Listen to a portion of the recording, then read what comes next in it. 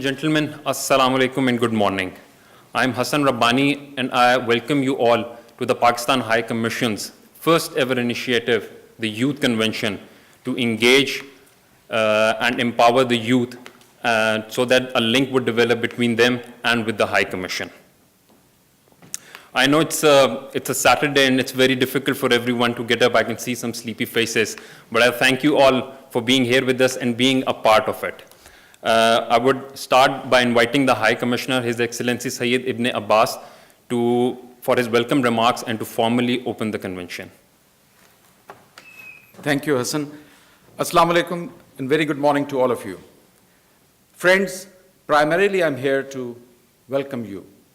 I'm not going to be delivering a long speech. I'm here primarily to welcome you, to tell you that this is a small initiative from us to engage and start a dialogue with you, the youth, the future of Pakistan and the future of UK, because all the British Pakistanis living here, they have a very important role in this country, in this society, as well as your success will not only matter a great deal here in this country, but in back home, because that is what is your identity is. I also like to welcome a delegation from Pakistan which has come, some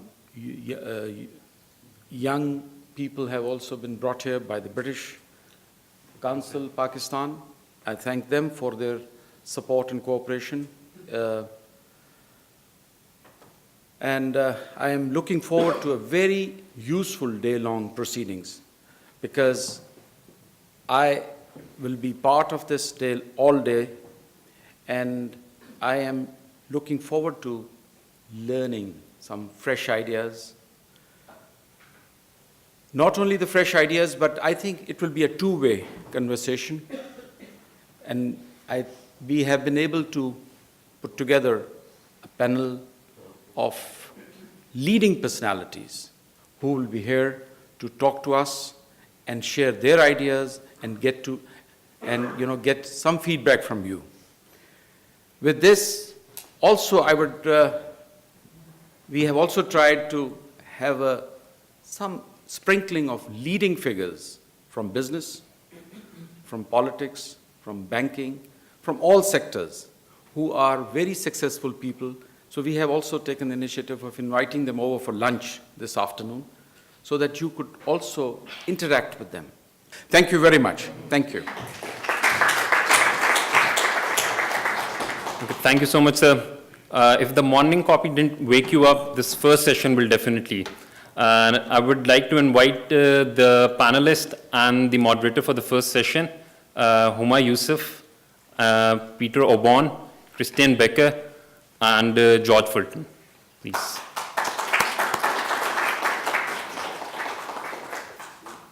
My name is Huma Yusuf. I'm a columnist for the Dawn newspaper, but I work here in London as a risk analyst.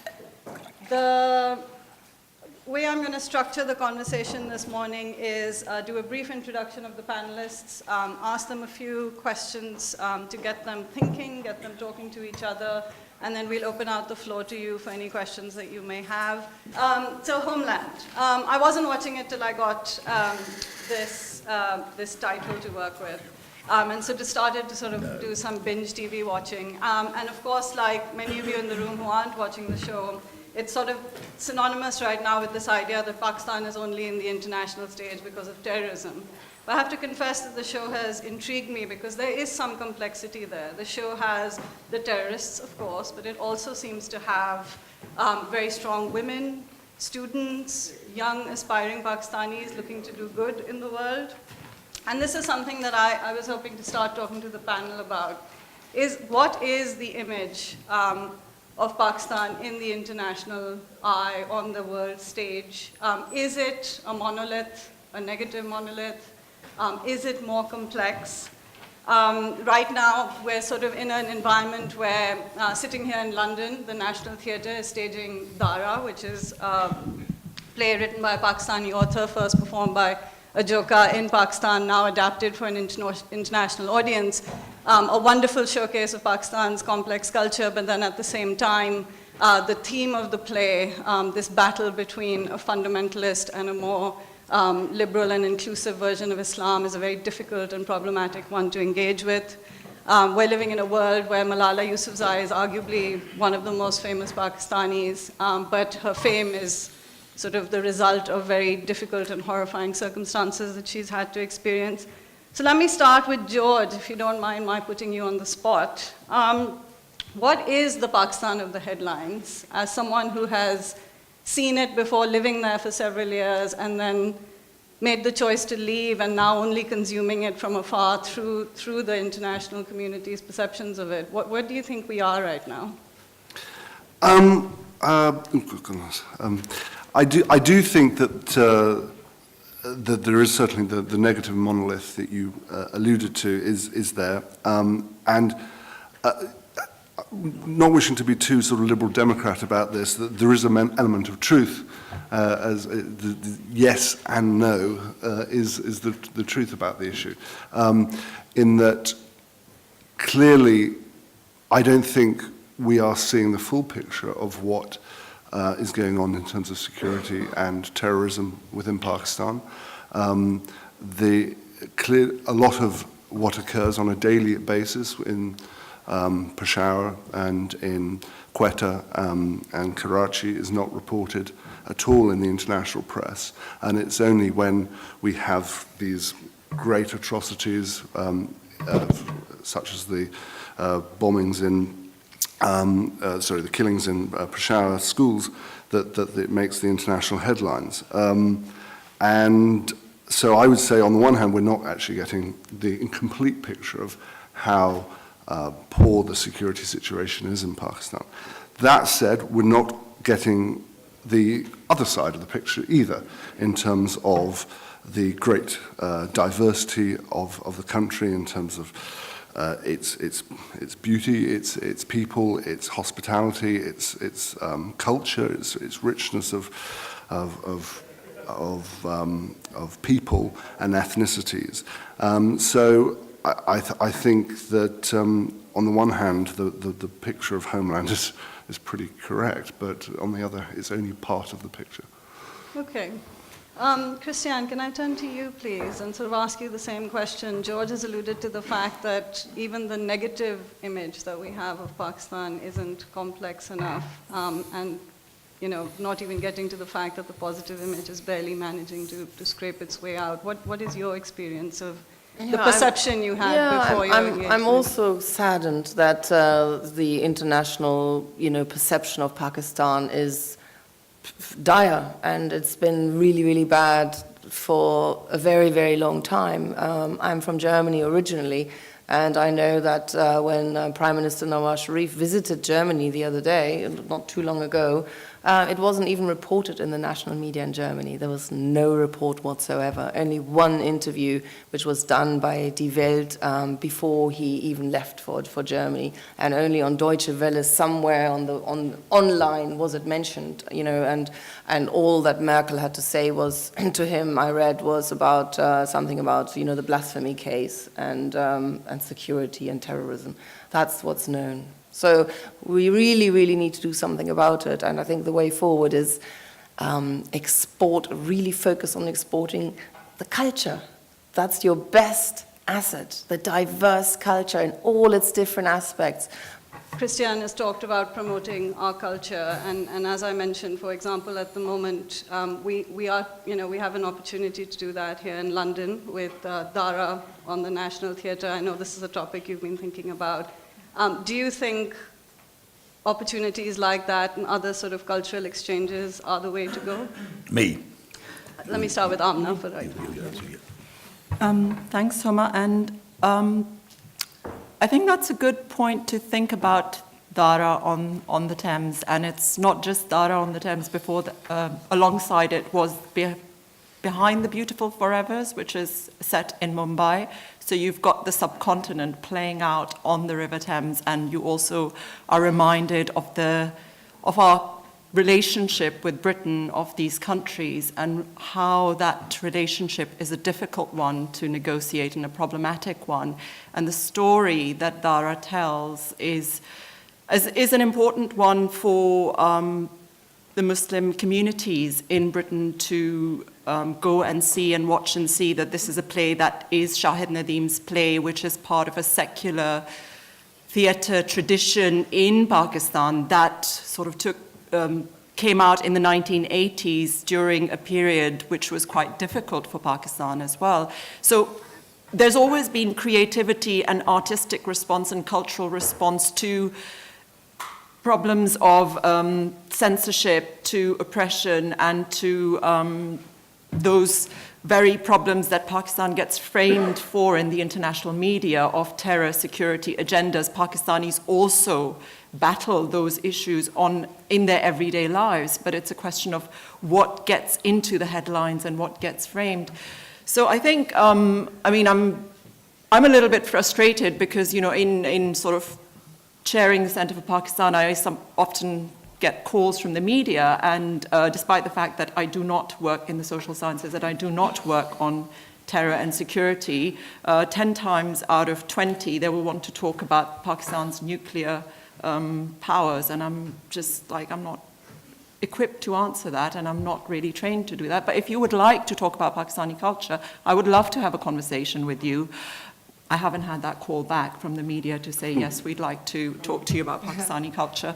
So, you try from sort of where you are. And I think credit to Anwar and the Samosa team for getting Dara on stage at the National.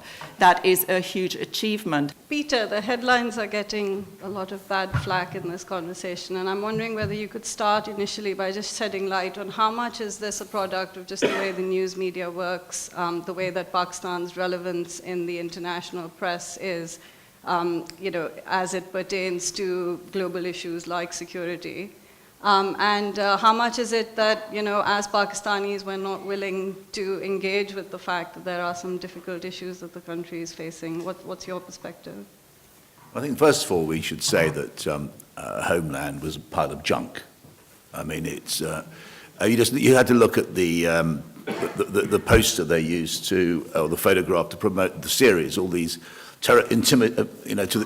aimed at a Western audience, all these intimidating women in veils or burqas, and this glamorous white woman. It was a racist pile of junk, and it is symbolic of the way in which lies are perpetrated about Pakistan throughout. America. The average American, or even the sort of doesn't know where Pakistan is, wouldn't know what language is spoken in Pakistan, wouldn't know anything about Pakistan. The ignorance is boundless, and in this country. It's better in this country because it's wonderful that we have a substantial population of Pakistan heritage, but even so, the ignorance among my colleagues in the press is beyond belief. And of course, the coverage of Pakistan is framed in the paradigm of the global war on terror. And so you just get a pile of, it's false, it's uninteresting, it is there to appeal to prejudices, and of course the next thing about it is that we're into the narrative about Islam very quickly. You have the Western narrative about Islam, pushed out by the neoconservatives in the United States, bought, unfortunately, by the conservative government, that Islam is a malevolent force. So Pakistan has endless troubles. I'd like you to challenge these narratives. We're talking to the youth. The idea is to sort of try and change this conversation, to add some of the complexity that you've all pointed to the international perception of Pakistan. So in 2 lines, what do you think people should do, the government should do, the young people here can do, just very quickly, and I'll start with Christiane. Well, I think number 1 is education. Educate the youth, encourage them, well, empower them, easier said than done, but also remember to promote pluralism and being inclusive. I'm worried about a certain Salafi type of Islam being financed by Saudi Arabia, spreading too much, and minorities being killed, and basically, you know, whether they have another faith or just another branch of Islam. And I think that's very worrying, apart from, you know, so basically apart from promoting anything cultural and media, faith, looking back into the history of Islam, which is also, by the way, inclusive and always had embraced all different strands of faith. Right. Yes, Amna? embrace. I would say read, think critically, don't be afraid, be confident, learn the story of your past to understand your present, and don't feel you have to write apology letters when they're asked for unless you really think they're needed. Peter? I really say today to the youth of Pakistan, don't be apologetic, don't be defensive, stand up for yourselves, you're magnificent, you're great, you're fantastic. I would say, I would concur with Amna as well in terms of go out, read your history, understand where you've come from in the future, embrace the ambiguity, don't view the world in black and white, view the world in grey, and go out and advocate the richness and the diversity and the pluralism of Pakistani society to the West, and go out and engage with them and show them all that's best about Pakistan, take them for some food and tell them some funny jokes, and engage with them in music and culture and theatre. So that's right. My name is Sanya Qureshi. I'm a CEO of Kismet Foundation, which is a UK-based charity. Thank you all for attending today on a Saturday, Valentine's Day, giving your time up, which is very inspiring for us as panelists, because this session is for you. Otherwise, we'll be talking to ourselves. So as Ali said, if we were to, tomorrow or today even, invest in our social youth capital in Pakistan, the possibilities are endless, economically, intellectually, and socially. The social construct of the country can drastically change for the better. So what would that take? So if I can open up some of that thinking to our panelists, if I could introduce Mr. Fida Hussain first, who's very kindly come across from Pakistan, especially for today's event. What are the enabling measures that we could possibly ask of the academic community in Pakistan to enable or improve the ecosystem to help social startups, social enterprise per se? Bismillah ar-Rahman ar-Rahim. Higher Education Commission of Pakistan, being an apex institution in Pakistan for the delivery of education at the tertiary level, we are, as present government has given us a very specific mandate.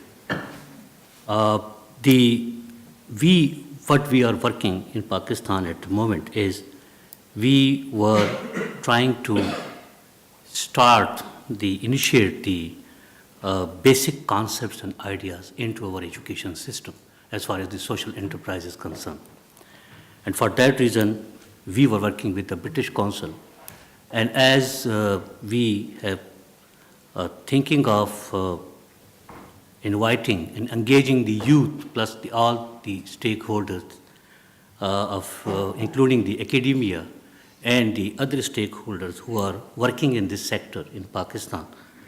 So we were taking their expertise and their inputs, and we are trying to build a consensus as far as the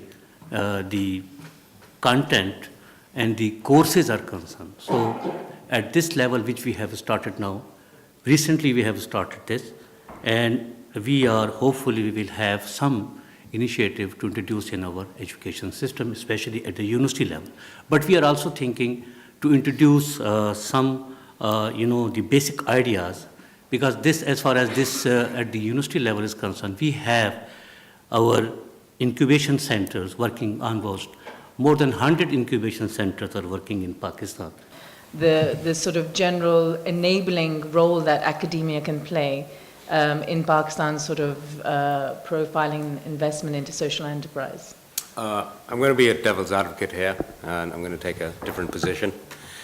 I think the framework, or the national policy framework, needs a rethink. We're talking about social entrepreneurs. If you walk down a street, be it in Karachi, Lahore, Peshawar, wherever, how many entrepreneurs can you spot on the street, on the pavement? Tons. You'll have the telewalas, you'll have the chana chaat wala, you'll have the mochi, you'll have the hajam. Pakistan is full of entrepreneurs. What they lack is guidance, mentorship, support. So if we're going to rebuild Pakistan, just going back to what Ali said, we've got to transform that segment of the population. So we've got to think about how can academia and university reach out to the youth that aren't students, because they've never been to school or colleges. They are students of life, but they're not students of that university or college or school. So how do you engage, you reach out to those guys who have, say, an hour to spend every day, because they work 18-hour days, just to get something, just to get bread, dal, roti to their house, be there, the youngest son working as a mechanic, 7-year-old mechanic, I've met a 7-year-old mechanic. Or be it the eldest, the 28-year-old tailor, helping his dad out. That's the segment we need to think about. The middle class, the kids at universities, that's a tiny segment of that population. And most of them are uneducated, poor, depends on your level of education or your definition of what is literate and illiterate. From a British Council context, following on from Tommy's response, how are they sort of mobilizing that kind of within their youth program? That sort of sense of connecting rather than outreaching, and that far more inclusive sense of, say, peer-to-peer, youth-to-youth partnershiping, engagement, mind-sharing. What's the sort of British Council's activity around that? British Council's youth program, the Active Citizens program, started in 2009, and before that we did a big research looking at the issues young people felt they have to respond to, and adding into all panelists' comments, regardless of your socioeconomic status, we saw that every young person feels that there is very limited opportunity for engagement, to get more skills and opportunities to develop further, and there's more pressure of issues around education, employment, sustenance, and actually at the end of the day surviving in the local context. So whether that's Lahore, whether that's Peshawar, whether that's the FATA agencies, issues the young people have sort of highlighted are quite similar. I mean, the context sort of really brings that more separately. But I mean, in that sense, the British Council's work is majorly about being engaging young people. We started off, like most people have done in the past as well, we started off with those middle-class young people who are easy to access in bigger cities. But after a year, we realized that probably these are not the young people who will actually be taking the message further, because they live in the urban settings and have got many other things as well to do. So we went into the rural settings, we went into interior cities, and today we work in 80 districts across Pakistan. We have worked with 60,000 young people, all sorts of young people. How do you facilitate change within the ecosystem to get that capital out to those high-impact social entrepreneurs, to sort of facilitate the public-private dialogue with the government to get the legislative hurdles out of the way? Who can be the neutral facilitators in Pakistan? Thanks. I'll just quote two examples of two social entrepreneurs that really inspire me. One, I don't know his name. He's a 17-year-old boy in India. I happened to watch him half asleep on BBC World Challenge. He, after every day at school, he would go out to his neighborhood, stand on a little wooden box, and all these little kids would come and sit in front, and he would tell them what he learned that day in school. Simple. And then he encouraged his friends to do the same. So all the friends were learning in school, and they're privileged, and they're going and teaching kids that had absolutely nothing, and the kids were like, taking it all in. Free, that young 17-year-old was creating free education. Of course, when it rains, all the little kids, everyone runs. So what they need is get some funding for a roof and a few things like that. But a lot of things we can do. And how many of you are all students? And I was a student. I wish I saw that kid before I was a student. Very, very simple. And you can actually create a business out of that over time. Second great social entrepreneur is, I always have trouble with this, Zafar Khan. Zaki Farm in Punjab, outside Lahore. And I'm a farmer. I grew up on a farm in Northern Ireland. Zaki Farm is the most amazing place. He creates his own energy, he recycles this, he oxygenizes fish and so on. And we filmed him and so on. And I said to him, Zafar, how did you do that? I mean, you must be a great farmer. You must have learned everything. And he said, Tommy, Google.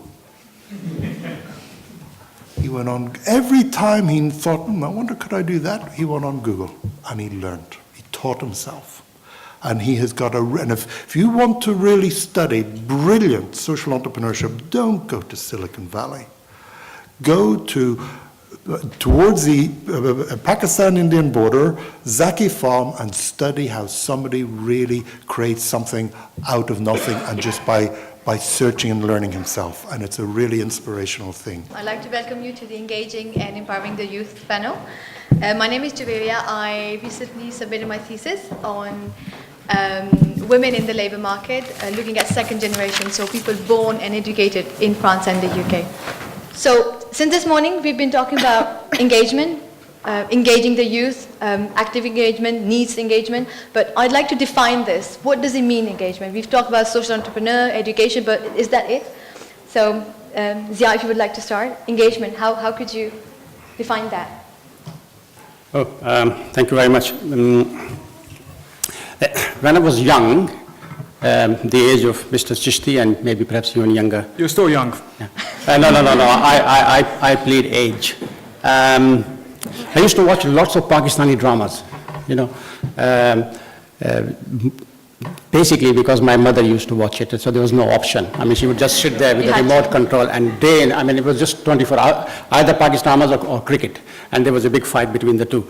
Now, I got very bored with the Pakistani dramas. Why? Because all of them were about marriage. Perpetually the question of marriage, right? And I started to dislike them. And then when I grew up a little bit, and I thought about it, I thought, well, actually, no. This is a very important subject, because marriage is about engagement. And if you don't engage, then you are basically dead, at least metaphorically, if not physically, right, in a sense. So engagement is we as human beings need to engage. We don't exist in isolation. We have to be out there somehow engaging. Now, just like conventional marriage, the question of engagement can be, do you want an arranged engagement or do you want a proactive engagement, in a sense? And we know there can be arguments on both sides, but my position is that the young generation that we have today, they certainly don't look for arranged marriages anymore.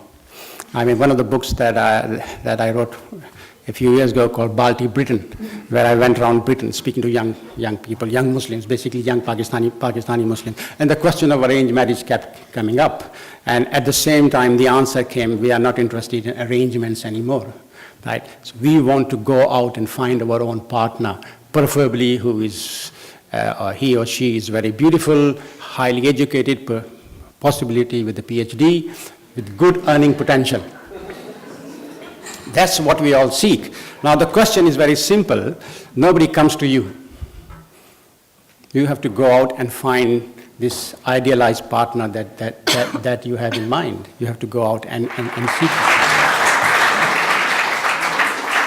Thank you very much. So, Rehman, would you like to comment on that? Yeah, no, certainly. Well, gosh, how do I follow that? Well, two things. Firstly, in relation to what Zahid said. One, he said, if you're not engaged in the marital sense, it's like being dead. Well, I'm not married, so I think I fell down on that. And secondly, on a number of political points which Zahid said, you know what, I'm not going to make this political. I'm going to take in a different direction. But I do respect you, sir. You know, huge admiration for many things, but political views, I might take it a different way. But in terms of engagement, can I first of all just say a huge thank you to the High Commissioner and his team for putting this event on. Because if you're talking about engagement, this is engagement. You have a High Commissioner sitting here listening. That's engagement. Because before you put forward policy and ideas, you need to listen to understand what are the concerns of the individuals before you then go out and put policy into place. So engagement today is an example of that engagement, sir. And on that basis, I would say, keep up the terrific work. In relation to engagement, as Ziauddin has said, it's a two-way process. You know, for me, in this country, I came here when I was 6. I spoke not a word of English. My father was an imam at the masjid in Gillingham. And when I came to the United Kingdom, I found it to be a land of opportunities. It's up to you what you make of it. Values is what I would say in relation to engagement. Hard work, perseverance, being determined and dedicated. You can achieve anything and everything you want. Mashal, you are the youngest among our panelists. Would you agree with what Rahman just said, that you can just go out there, you're studying, you're probably going to finish your degree in about 2 years, 3 years, and then probably go out for work probably? Do you think you can do it? You can just go out and because you're dedicated, you can do it? First of all, I'd like to say hi, assalamu alaikum to everyone. And also thank you to the High Commission for putting this event on and also the volunteers that have taken the time out to be here today. So firstly, engagement to me, I agree with both the panelists, but my version of engagement is a little bit more simplistic. To me, it's about being an active citizen, going out there, making those changes and actually doing something active. So for example, going out there and listening, learning, educating, and also growing in the person that you are. Being a young person, it's really important for you to realize that, your experiences make you who you are and that everyone's different and that's okay. And also that, as she said, that I'm currently the Vice President of the Students' Union, which means that I was elected into this position. So this is just one example that I'm giving you guys. So I had a lot of setbacks when I was running. There was a lot of things that came my way that I wasn't expecting, but I felt like giving up, but sometimes you just have to get through it and you have to persevere and you have to be strong. So my opinion, there's no excuses. Yes, there are opportunities out there. Maybe they're not enough opportunities, but you have to take the responsibility to go out there and to find those opportunities, and also to to inspire other people. And that's why, to me, things like mentoring is really important. So firstly, being a mentor, and then mentoring someone else. Yeah, just to go back to what you said earlier on about integration, you said that what shall I integrate to? I know you've written about Muslims being accused of lacking integration in British society as a whole. Now this discourse is also being implemented to young people born and educated in this country. So do you think this debate of integration for young people is a valid topic? No, I don't. I think this kind of bogey of integration keeps coming back. It's been there for last 20, 30 years, and in fact it will keep coming back. But if you are born and bred in Britain, like the young generation of British Pakistanis is, then there is no question of you're already integrated in that sense. You're already there as part of society. You are British, full stop. I think the British society itself, over the last 10, 20 years, has done quite a lot to move towards the Pakistani and the Muslim community. But I'm not sure whether the Pakistanis and the Muslims have done enough to move towards, because integration is a two-way process. Both sides have to go. A question to Michelle. You mentioned you're a secretary of a PACSOC society at Queen Mary's.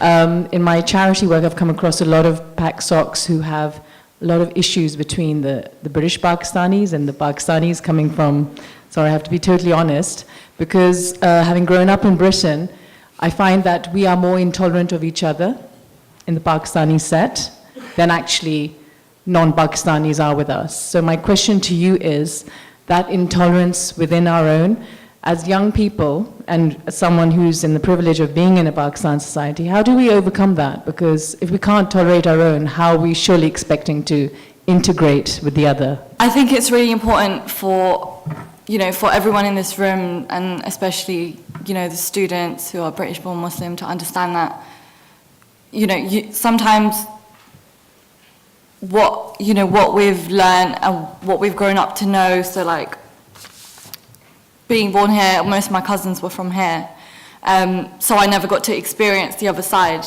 And I think when you grow up, you kind of realize that, you need to lower those barriers and those expectations that you have of those people, and you need to be open-minded.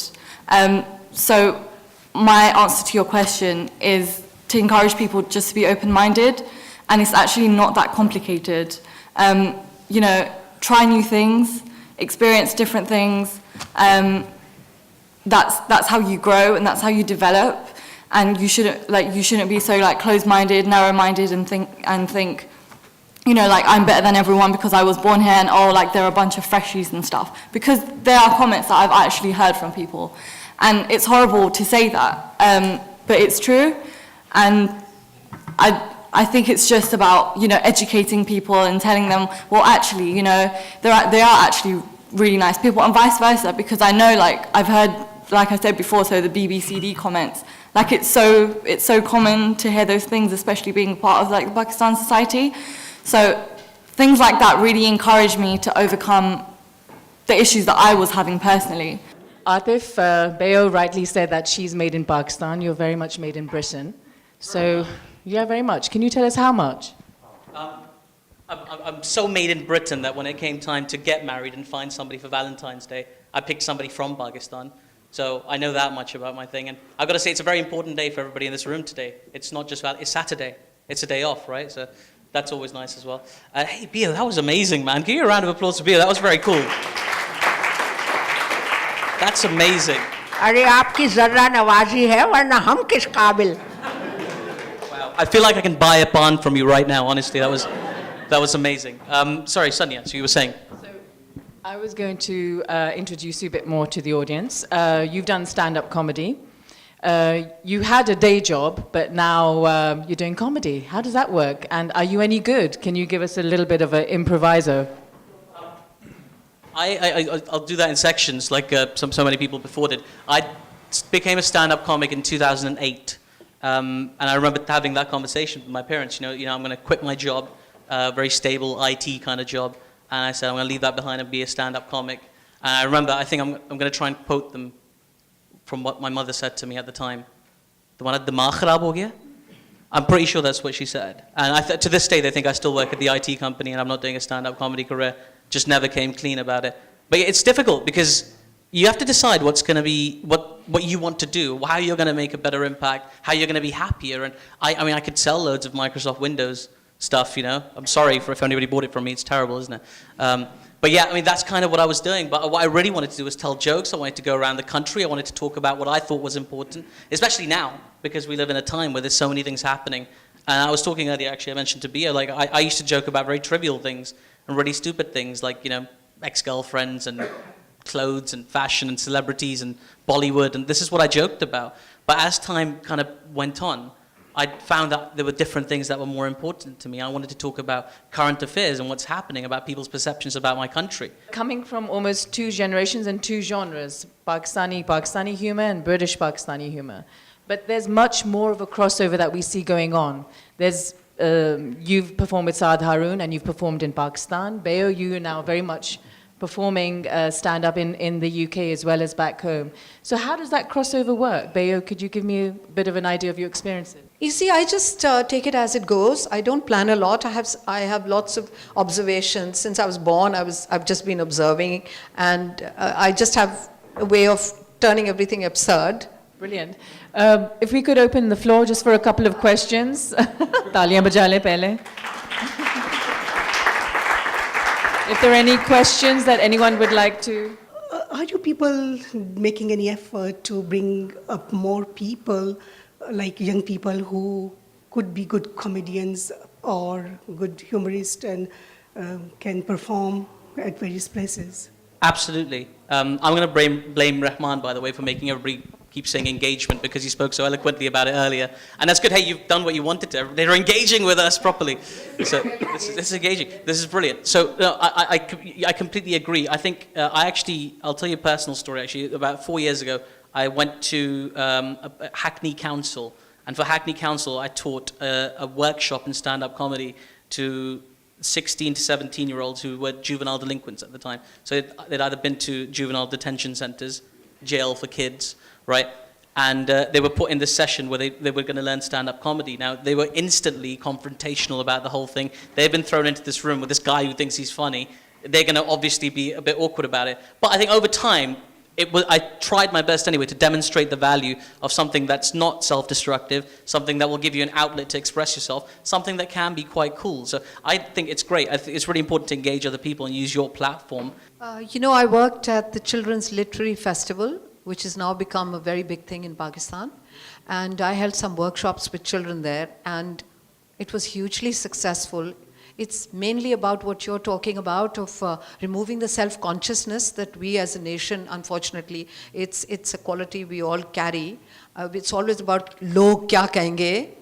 Am I right? Would you give me that in Pakistan there's a lot of living for the Jones, even the poor people are getting into debt, having weddings where just so that they'll say कि जी उन्हें 8 देगा देतियां ने, and actually can't even afford 1 deg. So it's for the rest of your life you're in debt. So the children want to be motivated. They want to be motivated to forget all that, to be themselves, because we were brought up कि तुमने ये बनना है, CSP, engineer, doctor. Up under se maybe you're a little languishing poet, but you have to be an accountant. It doesn't work. So we grew up, have to be this. And that's what I would like to do for our children, whether here or there. This is what I, in my twilight of my life, would like to do. I'm a pygmy in front of the celebrities which we had here, and I thank them all. I will particularly like to start with my friend and a younger brother, and our honorable Member of Parliament, the youngest Member of Parliament, which I think this Parliament has. What he said, I think that was music to my ears. Thank you. Because stick to your values, do the right thing, don't bother about what the world thinks about you, continue doing the right thing. All religions, irrespective, all Abrahamic religions, or all religions I would say, teach civility, humanity. So I think that's the very powerful message which you give. For me personally, it was a great experience. Greatly impressed by the ideas which have been floated here. And I think I am not only a great experience, but I think it is incentive for me to say that we will very soon, inshallah, like to have a repeat of this convention, if not next year, but definitely end of this year or early next year. Could I request Mr. Ijlal Khattak, the Commercial Councillor?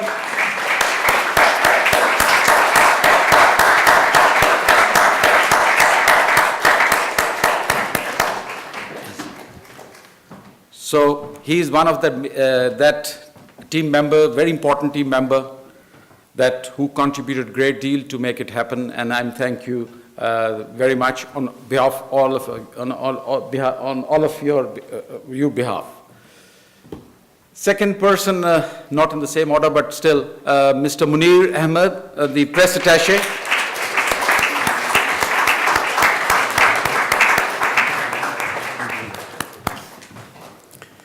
And also, you all familiar with our MC, Dr. Hassan Rabbani.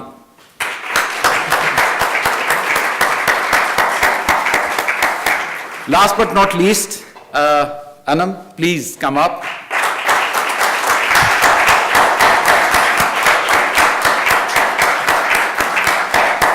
Thank you very much.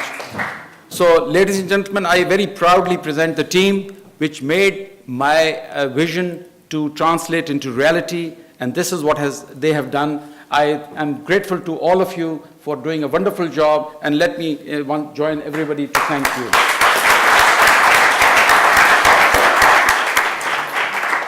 So lastly, I would say that since this was our first in the series to come, inshallah, we would like your feedback. With this, I would say thank you. Allah Hafiz till next time. Pakistan, Paindabad.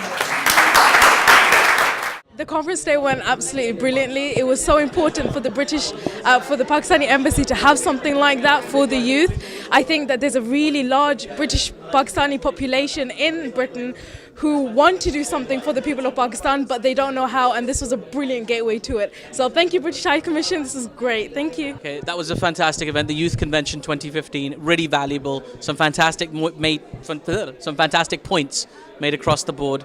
I was thrilled to be there. I learned a lot of stuff as well from Rahman Chishti MP. He had some valuable things to say from colleagues like Bio and Rahman. Absolutely fantastic, really valuable. I hope they do another one as well. Love to come back, love to perform next time. This was a great beginning. It was a great effort. And I feel that it is the start of something that's going to continue to happen and is badly needed to happen. We need to motivate our young. We need to give hope to our young. We need to just get them all under our wings and show them that no matter what happens, they themselves can always fly. I thank the High Commissioner and everybody who made an effort. And inshallah, the next time, it will go from strength to strength. Thank you very much.